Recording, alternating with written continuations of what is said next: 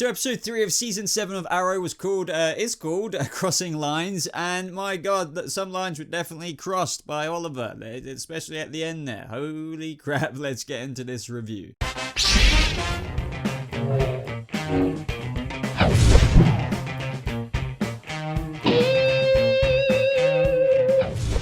What is up, Vigilantes? Welcome to my Arrow Season 7 Episode 3 review, and this is for Crossing Lines. Now, this was another solid episode. It wasn't like the most amazing episode out of like the series so far for me, but that doesn't mean that it wasn't still really decent. We had no flashbacks in it, which is a little bit underwhelming, I guess, in one way, just because they're so freaking awesome. But I'm guessing they don't have like loads and loads and loads and loads of story potentially with these flashbacks, so they wanted to like spare an episode every now and again in the season before they show even more of that storyline with Roy and William. But anyway, guys, let's get into this breakdown and review. But if you want to see more videos just like this, be sure to subscribe to the channel for like Arrow trailer breakdowns, Arrowverse updates, and more reviews just like this, obviously, as I just freaking said. And of course, I'd really appreciate it if you do go ahead and like this video. Now, I think this was only like a handful of seconds, but I really liked the way they opened this episode. I hope they'd kind of do this more, because it was like that preview of the Fight Club bit right at the end, and we all know what happened there, and I'll get to that. But it just makes you hyped already for what is to come whenever it comes in the episode, when they do that kind of flash forward in the present day of that episode, if that makes sense,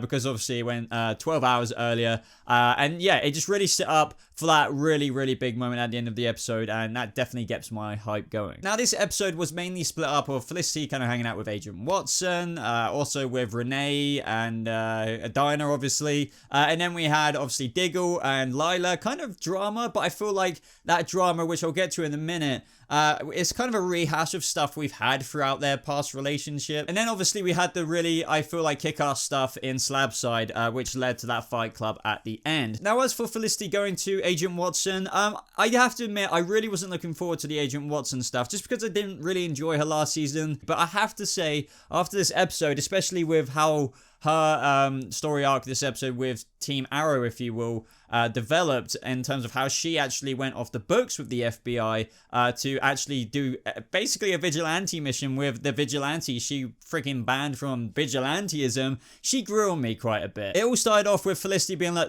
you basically put my husband in prison. You said you were going to work on Diaz. Why the hell isn't this doing this? Oh, and by the way, I know everything there is to know about the Longbow Hunters and Diaz. It does make sense, I guess, especially when Agent Watson was talking to her superior, and like he was just like, you know, we can't put all our resources on this, blah, blah, blah. And it's essentially because Diaz isn't like the biggest threat in the FBI's eyes, because he's dropped down to like number 27 on the most wanted list. Now, obviously, if you're on that most wanted list, that's pretty hardcore, but you know, there's 26 other important people on you that they've got a lot of resources to put on. So that made sense. But Felicity's just like, trust me, I know there's stuff that is going to be going down, and you guys are going to be idiots if you don't actually go after him now. And I think Agent Watson knew that. Well, she did. And this is actually where I was like, hang on, like, it's like you've had some kind of U-turn, but either way, I guess I like it. Now, meanwhile, over at Slabside, we have Oliver, who obviously did that thing to the guard. Well, he kind of, like, pretended he got stabbed at the end of last episode, if you guys remember.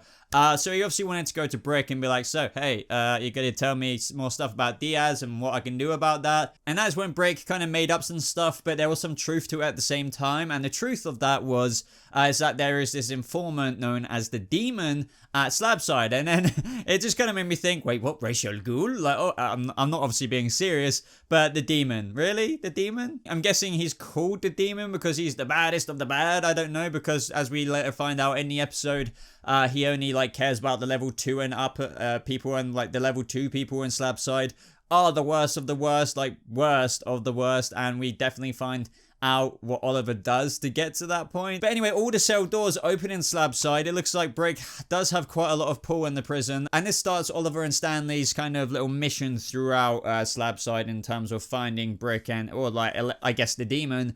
And does anyone else think that there is more to Stanley that meets the eye? I mean, there's either one or two options. He is actually a nice guy, and he's going to get killed or something, and it's going to be a sad moment, and it's going to bring Oliver from the brink of what we're seeing him go down this spiraling downfall staircase, for example, end of the episode. And when he dies, that reminds him of like who he's, you know, supposed to be a hero, and Stanley's kind of that constant reminder.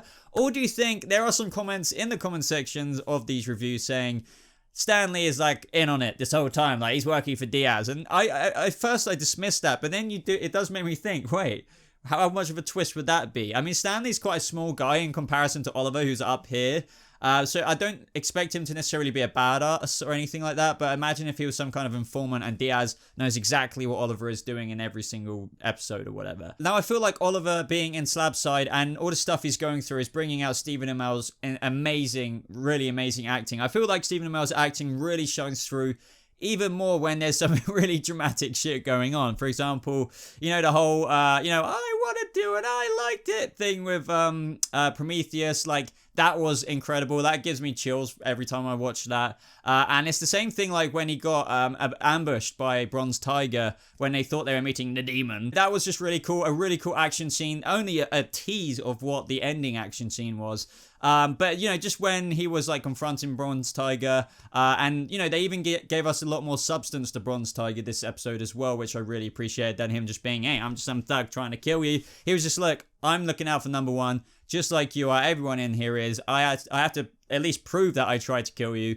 Yeah, I just really liked all of that going on throughout the episode. Now, what I liked about the whole Lila and Diggle stuff is that it definitely set up this bigger Argus thing happening, but that was kind of the conclusion. But let's first talk about how they went in to this place with like this painting with like that Curtis replicated with nanotech in it, which somehow steals data from a computer. Now, I don't know, I don't want to get too picky about this, but like, I love Arrow's tech, and like, obviously it's superhero, it's not meant to be realistic all the time, right? But it's just like, you know, earlier examples in the episode where Felicity bugged the FBI office. When did she do that? When she was like walking around the room, did she flick off little nano webcams? I just wish they gave us a bit more believable stuff like that. Even so, despite all that, it was cool how Curtis somehow got a hacking kind of device in the painting. Either way though, this was a little fun side plot with Curtis, Diggle, and Lila, and it actually turned into something bigger when Curtis realized that the data that they actually successfully got, which I didn't actually expect because it did look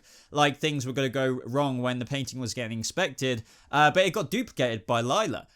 So Diggle, just like what I meant earlier when I said past seasons, it feels like a deja vu. You know, those two constantly have this, you know, no more secrets, but and then, oh, one of them does something and then they have to pull each other back or just like find out why they're lying to each other. So it's like that again.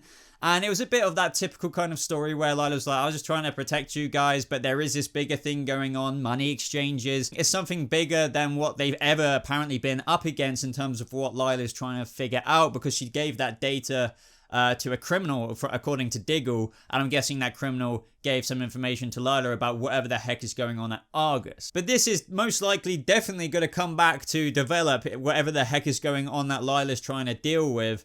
So I'm really looking forward to that. And we can't forget about that very interesting little interrogation scene with Diggle and his kid. He spent like 15 minutes trying to crack his son about eating the cookies, and Lila did it in like 15 seconds. It's always funny when you get little humor additions into the episode like that. But is it just me, or does Diggle's kid now look freaking like 10? I mean, obviously he's not 10, but I've been rewatching Arrow season 5 recently and stuff like that, and he's like that big, and now he's like that big. Maybe kids grow fast, I'm not aware of that, but I don't know. Now, alongside the Oliver stuff at Slabside, the highlights of the episode for me were, of course, the Longbow Hunters and Diaz, and the Fractured-esque Team Arrow, and Agent Watson going after them. Now, this was really cool. We saw this in the last Arrow trailer before it aired. They infiltrated the CDC, and they were trying to stop them, and actually even lock them in there. So, of course, then they would be busted and arrested, right? Hopefully, a simple plan to execute, but no, not with the Longbow Hunters that Diaz have hired. Things got a lot more complicated. Now, what I'm really happy that they chucked in, and I was looking forward to seeing more of this, and I'm glad they really did show this, is that Silencer, she activated her sonic manipulator again, and I don't know, just Diner against her again with no sound. It's just so cool. It like what I said in my previous review, it just adds this thing in we've never had before, so it just makes it so much more badass. As I briefly kind of mentioned earlier, it's a little bit hypocritical in a way, I guess, you know, as she said herself, if you bring Diaz in though, it kind of, you know, the FBI wouldn't care because you would have got one of the most wanted people. But either way, she grew on me because she was pretty badass in that as well, putting herself in the line of danger to try and stop him. And then, of course, Kodiak and Red Dart were really cool as well. Red Dart releasing those darts freaking insanely fast, and you know, even hit Samandra Watson quite a few times in her body armor and her shoulder. All of that was badass. And then of course we have Kodiak with his freaking shield, and fair play to Renee for, like, you know, standing up against him and dodging all of that. Of course he has skills, but you know, Kodiak is pretty intimidating, and the size difference there between Renee and Kodiak is freaking huge. But anyway, this was a very intriguing part to me. I was always wondering what they were going into the CDC to steal, and we saw in the trailer breakdown that I did for this week's episode, and my trailer breakdown will be up at some point after this, by the way, is that Diaz was stealing these vials. And I was wondering, what could these be? Because in the trailer we saw him punch the wall, and I thought, okay, so either that's just a weak wall, because you know, sometimes you could do that and it could crumble, but it did look like it was strength enhancement. And that was the case, because after everyone got away, we saw a scene of the Longbow Hunters in Diaz's office. Well, Kodiak and Red Dart, and you know, it was quite interesting as well in terms of how I really liked how Diaz was talking about how he got blown off the roof by Black Siren and how every bone in his body shattered, and the pain was pretty obviously intense. But what he got out of it was his strength, and when he was talking about all of that, he was injecting himself, and it seems like this. You could liken it to Mirakuru, but obviously Mirakuru is like OTT stuff. This seems to be some lower key stuff that's going to make him a lot more threatening. So I can't wait to see what the heck and where the heck this serum-y stuff goes. Yet again, even though we had no flash forward scenes, more plot stuff set up for the future, which I just can't wait to find out for. Now, definitely one of the coolest moments in the episode is when Oliver finally went to break. And of course, like we all suspected, it was a fight club. And Oliver even went up against Stardust. And, you know, I thought, like, especially with what Oliver said, last time it didn't go so well for you. And I thought, okay, so what's he going to do to Stardust here? And my God, was it brutal. And this is what I freaking love. This is what Stephen Amell was obviously on about behind the scenes, about, you know, constantly getting the shit beaten out of him when he's in Slabside, when he was filming for it all. But yeah, it looks like he did the beating this time. I was a bit worried at one point, because I was like, oh man, what if it doesn't go so well for Oliver? Because this guy is fighting in a fight club with a stab wound, because obviously we can't forget the events of the end of last episode. That stab wound is still very fresh. But my God, did he kick ass. Those freaking flip kicks as well. I think he did like 2 of them. That was so impressive. I don't know why I'm even saying that, because obviously it's the Green Arrow, but it was just really awesome the way it was shot, the cinematics of all of it. I really like the bit where he just lost his patience. Yet again, another example of when Stephen Amell is at his finest, and he freaking jumped up onto the rail to meet Brick, put the knife to his throat and everything, and he was like, we had a deal. You know, that was just so cool. That is when even more excitement got set up for future episodes, where it's just like, the demon only operates with people or whatever, you know, of the people of level 2. So they're only the worst for the worst. So what does Oliver do? And he says he doesn't care, like, how he goes about it, as long as he gets what he wants. He basically kicks the ass of all those prison guards. And it's very interesting to see Oliver go this far. And he definitely does, as the episode is titled, crosses the line. Or, you know, he's crossing lines for sure. But slightly going away from this, obviously, Felicity and, I don't know if Renee necessarily crossed the line, because he was questioning it. But yeah, Felicity captured Silencer, and she's literally basically chained to the floor. Now, the Longbow Hunters said they're not too worried about that. She's a big girl. She can kind of look after herself. It's going to be very interesting to see what, obviously, Felicity's going to do about interrogating Silencer. I just can't picture it. But will we see even further lines being crossed next episode? Well, I don't know. We're going to have to wait and see there. And ultimately, yeah, as I said, Oliver was going to level 2. Everyone was looking at him. And, you know, as Brick said, I hear the only way to get out of level 2 is through the morgue. So, guys, it is only going to get so much more darker here. Like, you thought this was bad on a level Oliver was on at Slabside right now. Well, it's only going to get so much more rough for him. It's so interesting to see this character development of how he's just trying to do everything for his family, but now he's sacrificing everything in his morals to do that. He doesn't care as long as he gets what he wants.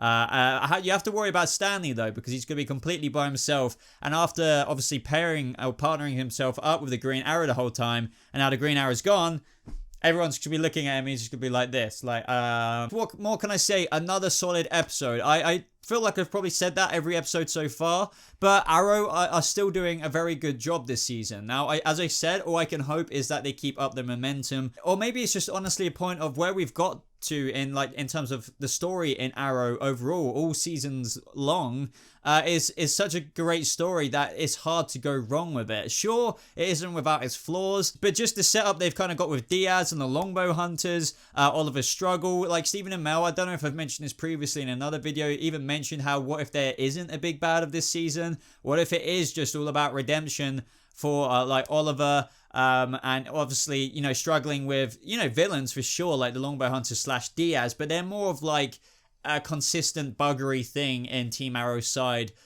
Sure, like an end goal, but it's more of a grander, like in-depth scale this season, rather than just like, hey, here's Ra's al Ghul, here's Malcolm Merlyn, here's Deathstroke. It's more complex than that, and maybe that's why it's working so well this season. But anyway, guys, let me know what you thought of this episode down in the comments below. If you enjoyed this review and breakdown, be sure to leave a like on it, as it really, really does show your support for the channel and just really helps it out, the video out. But other than that, subscribe to the channel for more Arrow videos just like this. Links, as always, to my social media and everything is in the description down below. But thank you so much for watching. I hope you guys have a lovely rest of your day, and I'll see you in the next video. Goodbye.